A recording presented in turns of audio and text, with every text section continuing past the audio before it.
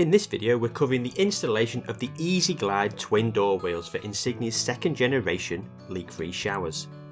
There are two types of wheels in your pack, one spring loaded with a push button and one without. The wheels with the push button are for the bottom of the door and the wheels without for the top. On the back of the wheels there is a screw holding it all together. Remove the screw to reveal four parts: your backplate, two rubber spacers and the main body of the wheel.